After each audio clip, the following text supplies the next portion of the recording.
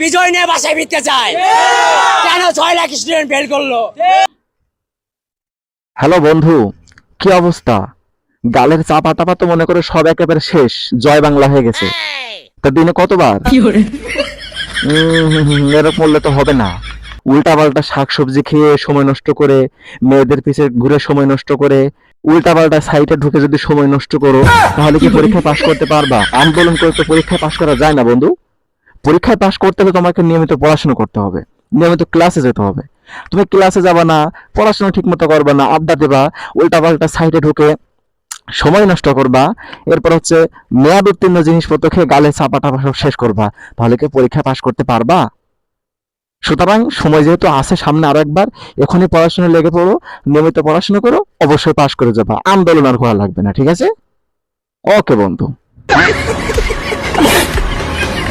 Child abuser, physical harassment, mental harassment, and emotional harassment, all these kinds of harassments. Hello uncle, আপনি কি ওই যে করাতে দাঁত, ইংলিশ ইংলিশ বলা ফটর ফটর করা যে মেয়েটা, আপনি কি তার আব্বা যান?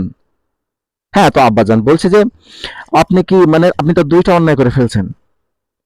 দুইটা অন্যায়ের প্রথমটা মনে করেন যে আপনি তো প্রোটেকশন ব্যবহার করেননি। না, ওদের তো বৃষ্টি হচ্ছে তো তাই বলে কি আপনি প্রোটেকশন নেবেন না? 5 টাকা দিলে তো বাজারে এখন ভালো একটা প্রোটেকশন পাওয়া যায়। ওই রাত্রে রোমান্টিক মুডে আছেন বিধায় যে সাথে সাথে একেবারে প্রোটেকশন বাদে চালিয়ে দেবেন। এই যে দুনিয়াতে একটা অপয়া নিয়ে আসলেন, আপনার কি মান সম্মান আছে এতে করে? 5টা টাকা যদি একটা প্রোটেকশন নিতেন, এই 5টা টাকা আপনার সম্মানটা বাঁচিয়ে রাখতো আজকে। আপনাকে তো শুধু শুধু বাংলাদেশ না, তামাম পৃথিবীতে আপনাকে কালার করে ফেলেছে। আর দ্বিতীয় যে অন্যায়, সেটা হচ্ছে অপয়া দুনিয়াতে আসলো ভালো কথা, নিয়ে আসছেন ঠিক আছে, কিন্তু তাকে তো প্রথম বেসিক যেটা, তাকে তো একটু ইসলাম শিক্ষায় শিক্ষিত করতে পারতেন। তাতে অন্তত 5 ক্লাস একটু ইসলামিক যে নলেজ গুলো আছে সেগুলো তাকে দিতে পারতেন।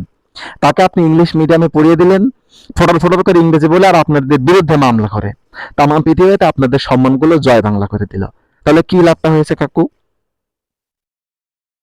তাহলে দয়া করে যদি ওই বৃষ্টির রাতে 5টা টাকা দিয়ে একটা প্রোটেকশন ব্যবহার করতেন, তাহলে আজকে আমাদেরকে এত বাজে একটা ঘটনার শিকার আমাদের হতে হতো না, তাই না? আপনাদের থেকে আসলে আমাদের এটাই শেখা উচিত না কাকু, যে অবশ্যই যদি দুনিয়াতে অপয়া আনতে না চাও তাহলে প্রোটেকশন ব্যবহার করো।